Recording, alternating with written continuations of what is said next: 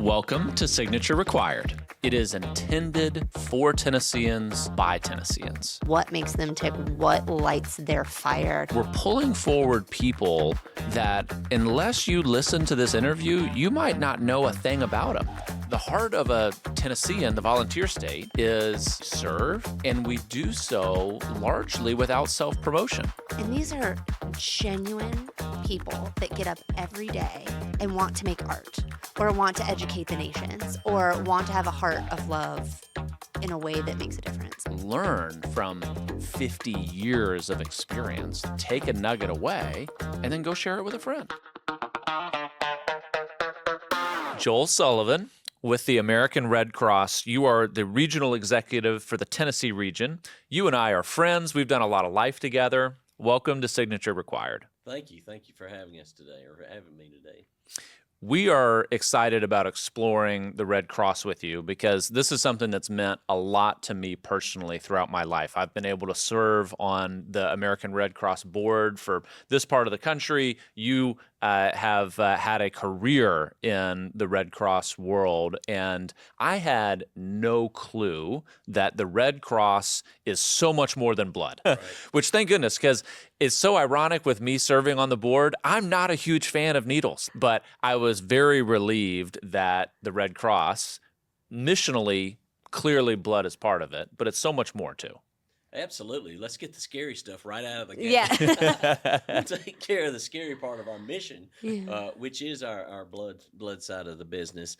And I, too, was scared for a long time. I was like, I just can't sit there and stick a needle in my arm. And then one day at my physical, I was given blood. You know, they take your blood to see how your blood's doing. And I thought, is this the same thing they do when you give blood at the blood center? And they said, yeah, basically the same thing. You just have to sit there 5 minutes longer. And so I thought, why am I not saving lives? If that's it, you know, it's less than a little pinch, I could be saving lives. And so I went and was very nervous the first time, but they sat me down and I knew my juice and cookies were coming. And That's it was the carrot at the end. Yeah, it was a non-event. I'm like, I could have been saving lives for so many years before now. Yeah. Well, I have had the chance to get to know you pretty well, but we have a little tradition that we like to do on the podcast that we started off just to kind of break the ice a little bit. We're going to ask you just a couple random questions about you so that way everybody else can get to know some really important facts about you. Are you ready? They're going to be really hard. Yeah, okay. They're going to be really hard. Okay. Question number one. Carli and I are foodies, and we have been able to evaluate someone's character based upon their food choice alone. And it really comes down to this one question, okay? So this is a really important question. As an American, we actually disagree on this opinion. As an American, does ketchup belong on a hot dog? Yes or no? I won't accept any other answer. Yes. Oh, man. See, you made Carli happy with that. Victory! Yeah, you're right. Do I get to give any explanation? Yes, you there? can. Now now. you can, yes. So I believe ketchup belongs on a hot dog for two reasons, actually. One, it brings out the flavor in the dog. Yes. But number two, it's also one of the major food groups. It's a fruit. And so I can kill two birds with one stone there. Yeah, I love that. Well, as somebody that's probably done a whole lot of cookouts, grill outs, and all manner of different things, I figured you'd be an expert on this. See, he wins. All right. Well, now that we've established the important things in our discussion today, why don't you tell us a little bit about what you do for the Red Cross? Because you have a big job. You manage a lot of people, and the Red Cross, I know personally, but I think people are going to enjoy hearing about it. It's a huge machine that it takes a lot in order to be responsive to the things it's responsive to. So what does a regional director for the American Red Cross in the Tennessee region do? So my role basically as a regional executive is to provide resources and remove obstacles from our 8 chapters. I manage a total of 62 people in our region, which is 98 counties. 95 of those are in Tennessee, 2 in Mississippi, and 1 in Arkansas. So basically the Memphis area. And our 8 chapters do all 5 lines of our service. And so we talked about blood as being one of our services. Disaster is what most other people know us for. Our service to the armed forces is where we were born. We were born on the battlefield back in 1881 with Clara Barton. Our international services, where we we help reconnect families that are torn apart by war or famine or whatever reasons that are out there, and reconnect families. And then I also make sure that our training services are provided. Most everyone's had lifeguarding, babysitter training, first aid, CPR, AED, and my favorite is pet first aid in that program of a suite of products. And if you've never given mouth to snout, you haven't lived. How long have you been waiting to say that, Joel? You've been building up this whole time. You've used that a time Yeah, or two. I'm like, how buried can I the work lead. this in today? Yeah. Wow. Yeah. But the key is, you notice I said there was 60 plus people who are working in as staff people. 90% of what we do is done by volunteers. So it's very important that we continue to recruit, train, engage, and reward our volunteers for the great work that they do, because we've got 5 shelters open here as we enter the spring storms. We've got 5 shelters open today, and those shelters are run by volunteers from their communities. What does it take to be a Red Cross volunteer? Because when I think about the Red Cross, it has such an elite reputation. I would be a little bit intimidated. I'm not a nurse. I don't have a nursing background. Like, who are you looking for? Who can help you? We look for folks who want to make a difference, and it can be anything. We have various, if you're interested in the Red Cross, there's a job for you. Many of our volunteers say they want to help others. They just have a passion for helping others when their others are down. So it could be working in a shelter. It could be working logistics. It could be working in our feeding services. Our government operations, where we're sitting in these emergency operations centers, being the liaisons. There's so many different roles, and it's not hard. You go to redcross.org, sign up to be a volunteer. We run a background check and start your training, and the training's not that much. I imagine I've done a couple of volunteer roles, and I love doing it, but sometimes it feels like herding cats, right? Trying to get everyone educated to know what they're doing and where they need to be. And you're doing this with disaster relief in the middle of the night, 3 a.m. How are you managing this mass group of volunteers with such excellence at odd hours and all of these different roles? How do you get everyone going where they need to go? So when we have blue skies, we work in either blue sky or gray sky. Blue skies where we're preparing for, and gray skies where we're responding to. So you prepare for, respond to, and recover from. So in the prepare for phase, when it's blue sky, there's not much going on. We run exercises and tabletop exercises. If this happened, what would you do? If this happened, who are your partners that are going to show up? This happens most often every night and day with home fires. We have disaster action teams, our volunteers who know each other, they work with each other, and when the bell goes off, they go out at, say, 2 in the morning, and they're a team. They know who's going to do what, how they're going to do it to take care of that family in that moment. Why don't you tell a story maybe related to that? I mean, I just imagine every situation where you've got a house fire, that's just everyone's worst imaginable situation, right? I mean, it's just everything that you know burning down in front of you, helpless, all sorts of tragedy, and the Red Cross shows up. Yep. And that probably surprises a lot of people. Like, I called 911. I expected the fire department or the police, maybe a chaplain, but the Red Cross shows up. So maybe just tell a story, something that you've experienced from that moment. I can remember my first call as a volunteer because I actually started as a volunteer. And we got a call out in rural Tennessee, east of Nashville. And when we arrived on scene, there were literally out in the country 2 brick chimneys standing. And the only thing around it was the rubble of a completely burned home. And there was a gentleman and his son standing there. And I said, "Did you live here?" And they said, "Yes, we do." And I said, "Well, we're with the Red Cross and we're here to help." And so they didn't know what they were going to do, didn't know where they were going to go, but they also knew that they had to move forward. And so we asked them, we do a little interview with them. What do you need? What's your situation? And we get them started on that path to recovery. So they've hit the bottom of their time. Now we're going to walk with them until they're fully recovered. And that could be financial assistance. We're going to make sure they have a place to stay. They've got clothes. They've got food, medications. If you look at a house that's completely burned, you literally have nothing but what you're wearing. Yeah.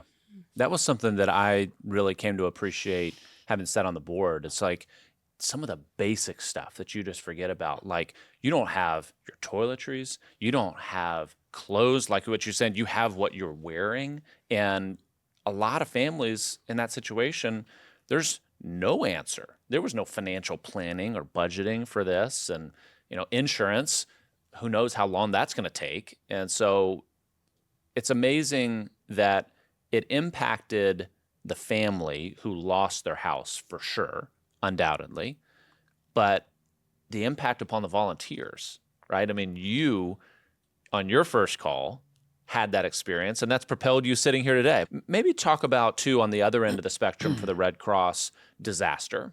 We've had huge floods in Tennessee, and the Red Cross could be commended to say, we do a great job of responding to big situations, but small things aren't our thing. Or the opposite. You could say the Red Cross does really well on the small stuff, but we leave the big stuff to, FEMA or something like that. But you all really span the whole gamut. So walk us through some of the situations with the floods in Tennessee and how the Red Cross operated on the big scale. So I can use the 2010 flood as an example here in Nashville, where it started out raining. No one thought anything about it. And then it kept raining, and it kept raining until the streets were flooding, homes were flooding, cars were flooding. And the Red Cross at that time is in emergency mode. And we know we've got to do one thing really well, is get people out of the weather, get them to safety. So in those preparation times, we go ahead and work with churches and auditoriums and gymnasiums and schools. Will they be our partner? Because we can't do what we do without partners. And make sure that wherever those shelters are going to be, that they're not in a flood zone. And so we're not taking people from harm's way and putting them in harm's way. And volunteers do all that. They do the shelter survey. What is it? Where is it? How many people will it hold? And once we get that data, we know where we're going to go. Then we make sure to get the shelter teams in, get it open, get the cots set up, get the feeding done, make sure there's food when they get there, and as we move forward through the ordeal, to make sure they've got food, shelter, medical care. We have volunteer nurses, volunteer mental health folks that come in to work with people, because it is traumatizing to go through those situations, and everybody handles it differently. Some people act like nothing happened, and some people are very emotional about it. So we want to work with where that person is at that moment in their life. Is there anything different between something like the massive 2010 flood versus when you've got these tornadoes? Sitting here as we're recording, it's peak tornado season, but it seems like there's always some type of event happening. Is your response different for those individual strikes of smaller zones that are just decimated by a weather event versus a giant flood that takes over a whole city? Well, the beauty of the Red Cross's process is it's scalable. So we're going to start with a disaster action team. Every disaster starts with a disaster action team. And that's 2 or 3 or 4 people that are working together. When they hear the call, they go see, what do we have? And if it's too big for that team to handle, then we call the chapter volunteers and say, hey, we've got something a little bigger. We need more volunteers to come in and help out. And then as the event unfolds, for instance, in spring storms, we often get these floods and tornadoes. So it becomes much larger. We call our regional volunteers in from other chapters that are trained to do this. And then it scales on out to our division and then the whole nation. So depending on what scale the disaster is, we're going to scale up to that. And our goal is to scale down as fast as possible, because that means people are back to their normal. I don't know what your normal is, but after we talk with you, we're going to find that out, and we're going to help everybody get back to their normal. After your volunteers see some stuff, and they are seeing some stuff every day, how do you take care of their mental health? I can't imagine what they have experienced alongside some of these victims of horrible weather events and tragedies in their life. We have staff services just like a company that are volunteers. So our volunteers are told ahead of time, here's what we're doing, here's how we're going to do it. There may be changes, so be fluid and dynamic and be flexible. Sure. And you may see things that get you emotionally, or you may see things that are hard to see. And we want to know about that when you get back, and tell us so we can talk through it and go through the emotions with you And we have volunteer nurses and volunteer mental health folks that actually do that with us. I can remember my first response to a tornado was back in 2007, and they said, you're going out into it. You're taking water and snacks and finding out, kind of doing damage assessment. Where is it? What happened? And then they said, you may see some things you don't want to see. There may be deceased animals along the roadway or what have you. So just be prepared. And when you get back, we'll talk about it. And so we always generally do a debrief after a call or after an event or during an event if it's long term. How you feeling? What's going on? Don't hesitate to come talk to us. That's what we're here for. And our volunteer mental health volunteers, they go around and just kind of look around and see what's going on, because it's not just staff. It's not just volunteers. It's also the people that are staying in our shelters. Of course. Will you talk some about the service to the armed forces? Because you mentioned at the top that that's what you were born out of. Right. And so I think if people had to name things that the Red Cross does, that might be one of the 5 that people would forget. Right. And so talk about the specifics of what that is and just how that's evolved over time, because it's pretty special. I know a little more about it, but I want to hear it from you. So service to the armed forces is basically to take care of our service members, all lines of service, their families. In today's time, it's so interesting to see military parents deploy, military members join, they build families, then they're deployed and they have children, and then they come home and they end their military career and retire, and then they go into the services after the military that helps take care of them. What's unique about the Red Cross is we follow service members from the time they sign up until they die. We're there to help them along that way. So what does it mean early on? A service member goes to the Military Entrance Processing Station, MEPS, and they fill out a card, and they say, here's my name and information and parents and all that, so that if something happens, we can get in touch with them. And we're still the fastest way to get a service member home when something happens, like a birth or a death of a loved one. And then while they're deployed, we do resilience training. We go through with the family and say, mommy or daddy are about to deploy. Here's what they're going to go through while they're gone. Here's what you're going to go through while they're gone. While they're gone, we do resilience training with families and do kids events to give them things to do. Once again, listening, is anybody having any trouble? And then when they come home, we do the resiliency training again with the members. Here's what your family has been going through. Here's what you've been going through for your family, and now it's time to readjust. How can we help with that? And then when they retire out, we're going to the VAs, the VA homes, the VA hospitals. Our Tiffany Circle ladies do snack packs. They'll put together food in a gallon baggie and take it to the hospital. So when somebody's sitting there waiting on an appointment, we can just give them a bag of snacks. And we have the birthday parties in the VA homes, reconnecting family who may have been separated over the years. But it's really a start to finish service to the Armed Forces program. I really appreciate that perspective, because we've had on this podcast a lot of veterans that talk about the thing that we all know is happening, which is a huge mental health crisis amongst our veterans, and the homelessness, and just it's devastating to hear, and it feels helpless.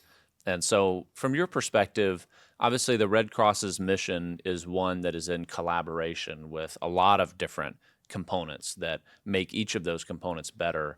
What do you see from a mental health standpoint from our veterans? Because, I mean, you see it all day, every day. I mean, we've got some of the most prestigious bases in the United States that are in your territory. So what do you see? I'd just be interested, just as a human. Maybe it's as an American Red Cross executive, but what are you seeing just as a human? You know, with our military, they're very proud, and they want to be tough and strong for themselves, for their families. But sometimes you just got to let go. You got to talk about how you're feeling about things. So we have, in fact, we're having training this week on with our Service to the Armed Forces staff of how to go through those processes with our military members. And it is, there's a couple of moments in a service member's career where they come home and the family doesn't necessarily know what happened overseas, and they may not want to talk about it in that environment. We give them a safe environment to go to, and there's other organizations that partner in that. or they may not know how to reintegrate back at home. Heck, if you're Right. gone a year, you've missed a new iPhone release, 4 Netflix series. I mean, you've missed a lot that you've got to connect back with, and the Yeah. kids have grown up. So it's really giving them the opportunity, but the opportunity resides with them. Here are the resources. We would love to work with you. Let us know. It's so true. The women I've worked with in ministry, several of them are spouses of people of men that are being deployed. And when they come back, that reentry is when they ask for the most prayer. Right. It seems like they do get used to a deployment in their family, but especially as a partner, you go from running an entire household to trying to co-manage a household again. Correct. And trying to figure out how that role works is really challenging. So I'm grateful to know these resources exist. I'd love to know more about how you're training and helping the kids, because I would imagine the kids I've at least met, they can't really articulate what they're walking through. And you can speak of it at a high level, but these little ones have no idea. They just miss their mommy or they just miss their daddy. And trying to figure out how to be resilient through that must be really challenging. Yeah, and we have programs for kids. They do. Pedro the Penguin is a program of ours where they learn how to be ready for a disaster so they can help their family out when that disaster strikes. They do coloring events. They do games. We also have military kids serve too, which is where we recognize children for being in the military, because they may not be in the military, but they're serving, Oh, yeah. just Oh, like yeah. their spouse is. And so we usually have a coining ceremony where we give them a coin. We usually with one of the generals in the area will participate in that to recognize them for their service. How special. Yeah. Joel, can you talk some about the finance side? This is always close to my heart posture Absolutely. of being an entrepreneur, of saying, all right, a nonprofit at the end of the day still has to make ends meet. And so if you would just talk a little bit about the way that Red Cross stewards money, I think I'd really like to hear that, because there's a lot of outstanding causes. A lot of people out there saying, hey, give to our cause, give to our cause. And American Red Cross has a huge brand. Like, it's one of the most recognizable brands out there. But sometimes I think people maybe feel like, okay, the Red Cross is taken care of, or they get government funding, which is not true. So why don't you just talk a little bit about the finance side of America? Sure. So the Red Cross is chartered by the federal government. Every country that participates in the Red Cross Red Crescent Society system, International Federation of Red Crosses, has to be chartered by their government. And there's only one in each country, but they're not funded by. And explain what being chartered by the government means. So the government says you are chartered to provide these services for our country, for our citizens, and that's where the support ends. We're chartered, we're recognized as the Red Cross for the United States. In other words, they're telling you, you have to do this. But you're not funded by us. But we're not giving you any money. But there's a great reason for that, and that's so that we can remain independent and neutral. Okay. And so we're funded by individuals, corporations, foundations, and that keeps us neutral. So the government can't say, well, you probably should take this stance or we're not going to fund you. And so that keeps us operating efficiently, because as financial times ebb and flow with the government spending and funding, we kind of go right through it, because we have great donors, individuals, corporations, foundations who do fund that mission. And when they fund that mission, they know that 90 cents of that dollar they're giving is going to the mission. And for most nonprofits, as long as you're 70% and up, 70 cents on the dollar and up is spent on the mission, you're okay. But we're at 90. Yeah. So 10 cents for administrative and all the things to be able to keep it going, but 90 cents is going to the mission, as Right. compared to, like, you'd be doing well if you were at 70. American Red Cross is at 90 cents. Yeah, absolutely. Yeah. Can you talk some about the blood aspect too? Because I learned a lot about just how that financially works. That when someone gives blood, just walk through the process, because I think that's an interesting financial component of donating blood, and how the American Red Cross is sustained by that. Yeah. So the donation of blood, every 2 seconds somebody needs blood. And we want to make sure that that blood is there for them so that they survive their life. To fund that, we do charge for blood when it goes out to the hospitals, but it's a cost recovery system so that we recover the cost. It's very expensive to have the supplies, the supplies to collect the blood, to test the blood, to store the blood, to distribute the blood. So it's a very expensive process. And the dollars that we charge goes to cost recovery in that system. And we want to remain the lowest cost provider because it's important. Yeah. I mean, when somebody goes in the hospital and they call for blood, that blood needs to be there regardless of what type it is. I'm curious. We've talked about the Red Cross quite a bit, kind of this overarching umbrella. I really want to understand the nuances of Tennessee. I mean, you have a really big job. You're serving 98 different counties. There is a lot of, anybody that's studied Tennessee knows there's a lot of geography in Tennessee. We've got mountains, we've got flat areas, we've got rivers, we've got all these things that you have to manage that respond differently to natural disasters and differently in different seasons. So can you talk about why Tennessee is uniquely awesome, but also probably uniquely challenging to service for the Red Cross? Well, it's awesome because Tennessee is one of the most beautiful states. Truth. And we've got the 3 grand divisions of Tennessee, the west side, the middle, and the eastern side. But each has its unique challenges. In Tennessee, we basically focus on flood, tornado, and ice storms, with the earthquake kind of lingering in the back of our head. But nowadays, in a constant state of response, regardless of what's causing it, disasters are more frequent. Okay, we're listening to this. We're joking about hot dogs. We're joking about all the things. And now all of a sudden we're talking about potential major threats that people don't think of on every day. So to assuage some fears, what would you say are the top 3 things that a parent should be doing right now to prepare for any type of natural disaster, whether it be earthquake, flood, or tornado? What would you say, hey, if you're listening to this, go do this. This is one thing that will set your mind at ease and help you sleep better. I would go to the redcross.org website, and there will be a process out there called Be Red Cross Ready. And the key is to be ready to take care of yourself. And once you can take care of yourself, you can take care of your family, then you can help take care of the neighborhood and so forth, and then go volunteer with the Red Cross.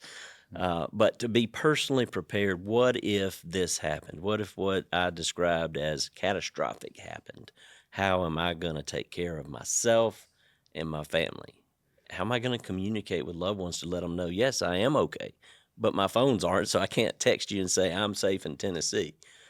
What's that process going to look like? And in a smaller scale, when the tornado hit Murfreesboro, there were families that couldn't communicate back in, I think it was 98, or somewhere along in that times. They couldn't communicate. And that made a difference to those people because I don't know if my husband's okay, my kids are at school, we're not able to get together. So how are you going to communicate with each other when that happens? It happened to me in a hurricane where we had no communication, and I thought, that's never going to happen to me again. And that's when I went and got my ham radio license, so I at least can talk to somebody. Joel, I feel like as a dad that also has huge responsibilities for contingency planning, to go on a vacation with you, what would your kids say you are as a vacationer? Because I could either come up with a story that you are a phenomenal contingency planner and you just like have it all to the nines. You're prepared for whatever vacation throws at you. I could also hear a story where you say, I do this in every other aspect of my life. Like I am going and sitting and not thinking about a thing. What would your kids say? My kids would probably say I'm a disaster junkie. I'm a planner. So I look at situations, and in disaster management, you have what we call your after action report. It happened, we recovered, we moved on. Now let's take a breath and go back and see what happened and what could we have done better. And, for me, it boils down to, can I eat? Am I going to have shelter? Am I going to have clothing? And so those are the things I really look at. Now, you can be what they call a prepper and have a whole basement full of food and all that other stuff. But basically, how am I going to meet my needs if this happens? So you play the what-if games. Everybody says, I can't plan an exercise. That takes weeks and months. You can do an exercise right now. A tornado just blew our house away. What are we going to do? Where are we going to go? Guess what? the Red Cross is going to be there, and we're going to have these nice cots that are not comfortable, but they're cots. I've slept on them. But at least it's shelter and it's a place to lay my head.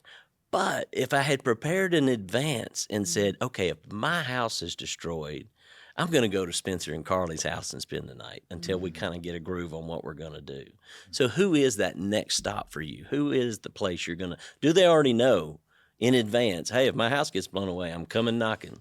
And that's what we want people to do. Do you just show up and start pounding? Yeah. That's why insurance is so important. You know, when apartments burn, so many units get burned at one time. And I love the complexes that require people to get insurance because that gives them the dollars to go restart in a new apartment or even a home if that's the decision that person makes. The other thing I would go to would be our emergency app, the Red Cross Emergency app. And that app has all kinds of tools and tricks in it to help respond to disasters. But the coolest part of that app for me is I can put in anybody's zip code, and when a disaster warning goes in that zip code, it notifies me. Oh, that's cool. So if it happens at work in that zip code, I get a notification. If it happens in my home zip code, I put my family zip code who are out of state. They're like, how do you always know when to call us when there's a tornado My grandma warning? has that because she texts me immediately. Yes. Yeah. Well, this might be a hard pivot, but you did allude to mouth to snout earlier in this conversation. And I need to learn more about what these classes are and how we have 2 pups. So I do care about their well-being. I need to know more about this. Yes. You know, pets, you can save their lives. We've all seen articles in the paper where the animals were inside and the house was on fire and they came out and they were non-responsive but breathing. And the fireman takes his mask off and puts oxygen on the dog, and the dog revives. So the key is animals are a little different because you treat them differently. If you take a dog that is having heat exhaustion and put them in a cooler of water, that will likely kill them because their system's not designed for that shock. So you have to just wet some towels and put on them and slowly bring their temperature down. Mouth to snout's literally what it says. Instead of doing mouth to mouth where you tilt the head back, pinch the nose, and do rescue breathing, you do it with a dog, but instead of through their mouth, you close their snout and you breathe through their nose. Wow. And do your rescue breathing. And animal lives have been saved that way. It is amazing what the Red Cross does from a CPR standpoint and just learning the basics that there have been situations where my best friend had the opportunity to save a life because he understood CPR. And it's a moment where you don't want to be in that situation and uncomfortable with what needs to be done. Yeah. And just learning like the force required in CPR is way more than what you think. Yeah. It's not just a gentle tap. If they say if you don't break a rib doing it, you probably weren't pushing deep enough. Yeah. I mean, that's really something that you're just not going to learn unless you have somebody teaching you. And then you go into it feeling prepared. Yeah. There are new tools available in that. There's some blended learning where you can do some of your training online and then you come in and demonstrate your skills. We no longer have the mannequins that are just kind of plastic that you push on. They actually, some mannequins even show blood flow and show if you're doing it enough and beeping to the rhythm. So that way you can see if you're doing it right. You know, we make it even easier. It's a 2-year certification if you go through the whole process. The hands-only CPR is free. And what we're doing is getting the word out. We want people to learn how to save a life. A, you got to recognize somebody's in trouble. B, you've got to assess the scene to figure out what's going on around me. Am I going to be in trouble? And then do the CPR portion of it in the ABCs, airway, breathing, circulation. And then we have little trucks Red Cross vans that are styrofoam, and we just do compressions on those to teach people because you got to do something.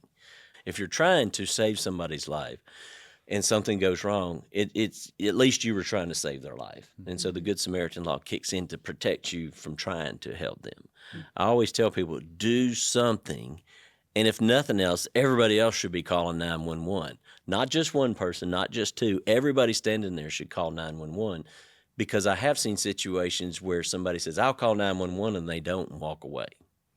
So the sooner I get help, the better off everyone's going to be, or they're going to be doing CPR on me. Joel, unbelievable wealth of knowledge, as I expected you would be. And it's just so great that the American Red Cross does so many things. And that's really what ignited my heart for serving with the American Red Cross, was just to see all the different things. Even as somebody that wasn't my biggest fan to have my blood drawn, I'll say that. But in every other respect, I had a lot of respect and appreciation for the mission. And it's great to see your leadership that has started off from that first volunteer call, and what a clear passion that has created in your life and the number of people that you have served. Right. And so I just think it's great to see your leadership and how well you serve the state. Absolutely. Well, thank you. It's an honor for me to be able to do that, because it makes a difference in people's lives. Well, here's how I want to end this, Joel. We've got 3 statements that we're going to ask you to fill in the blank for. Okay? They'll be short. All right, here you go. The most rewarding part of my job is blank. The most rewarding part of my job is seeing our mission in action. Just seeing people served. Yeah. It's made a huge impact on my life, too. It's like you see people that the Red Cross has served, and then they come back 2 years later, 5 years later, 10 years later. And a lot of the stories, like, you don't remember forever, but they remember. Yeah. And those are the stories that really will bring you to tears. I mean, it's just unbelievable. If I could change one thing about our disaster preparedness, it would be blank. If I could change one thing about our disaster preparedness, it would be for more people to take advantage of free stuff that's out there to help them be prepared. Yeah. The resources are there. The awareness isn't. Yeah. I want to overcome that. It won't happen to me, because it does. Yeah. All right, last one, Joel. The most important thing the Red Cross can do to serve Tennesseans is blank. The most important thing that the Red Cross can do to serve Tennesseans is be there and ready when the time comes. It's great to know that you're in the spot of leadership that you are, Joel. I'm very thankful for you. Thank you for managing your staff well, the volunteers well, and a huge organization that runs in a way that doesn't always get a lot of thanks. But on these blue sky days where you're doing all the work and nobody's looking, thank you.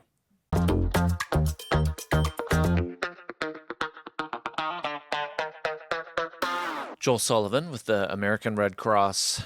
That was a really great, confidence-affirming podcast. You want to know that somebody is out there thinking and preparing, they're experienced, and you could tell Joel had that in spades. Like, he can talk the business side, he understands that side too, but he also really understands the mission side as well, that I can see him standing in front of a couple hundred volunteers giving a message that makes everybody really understand that I'm making a difference. I think so much of what we talked about feels out of control, right? You see weather, tornadoes, definition of chaos, out of control, earthquakes, all of the rest. And he was so practical in saying, hey, if you go to the website, you can look at what you need to do in your specific area to be prepared. And if you don't get 100% right, we are going to be there for you. And in a situation that would feel really scary, I could have imagined leaving this conversation feeling stress or nerves. Instead, I feel, okay, I know what to do. I want to go home and think about this more thoroughly. I want to talk to our kids about it more thoroughly. But I also feel like there's a safety net. There's support that exists, and it makes me grateful we've supported them so much. Really appreciate their stewardship of the 90 cents of every dollar goes, just from personal experience with raising money with the American Red Cross. It is so competitive to compete for those dollars from individuals that see an organization as large as the American Red Cross and say, oh, well, they've got everything that they need. And that's a really dangerous mindset, because just because they're big, their budget is big, and they do have corporate sponsors, but they really rely upon individuals. And a lot of that fundraising comes from that disaster moment where you see it pop up at the bottom of your screen, and you can send a text message through Verizon or AT&T, and it donates $5 or $10 on your next bill. that is a meaningful amount of money for the Red Cross. And so just for whatever encouragement it is for people, that if you feel compelled, it doesn't have to be some huge, big check. It can be, hey, that disaster means something to me. That's a zip code that I care about. That's a people group that I'm sympathetic towards. And I will give $5 or $10 and text the number. It really does make a difference. Well, because it's big, but it's also so local. I mean, everything they're doing is for individuals. You think about hurricanes and they're helping swaths of communities, right, or regions, but it comes down to what is the individual need of that family or that person that is going through this trauma, period. And it's not just a mass conglomerate, it's individual work, and that takes time and money and energy and trained resources. We've seen it with the devastation from the hurricanes not that long ago. We've seen it in Tennessee with all these tornadoes. It's really personal. And we all know somebody that is going through their very worst day because of those types of things. I think that's why the American Red Cross's structure of having local leadership is also really important, because I think nonprofits that aim to have an international presence can make a compelling case to say, hey, we need to centralize our leadership. We need to have one corporate headquarters and 500,000 square feet of space, and we'll save money on not having to have redundant organizations and staff, but they then lose touch with the local knowledge that you get from someone like Joel, that has spent his whole career knowing the real distinctions of the one road in and one road out aspects of East Tennessee. I mean, that is true stuff. And you don't get that until you've spent some time out there. I also thought it was super applicable, maybe just in our own lives, this idea of blue sky days and gray sky days, and how I think on our blue sky days, the days where there's less going on, it's a little more chill, it's easy to just let things ride because we're all so busy and there's so much to get done to just relax. But then the gray sky days come and you wish you had prepared for whatever that is. And just really giving some thought and intention to, what are my goals? Like, what do we need to prepare for as a family? Maybe it's a natural disaster, but maybe it's other simple things like our finances or our loved ones that are aging, or any number of things. That I liked his principle of celebrate your blue sky days, but use them to prepare for your gray sky days. And I feel like that's applicable to all areas of life. Yeah.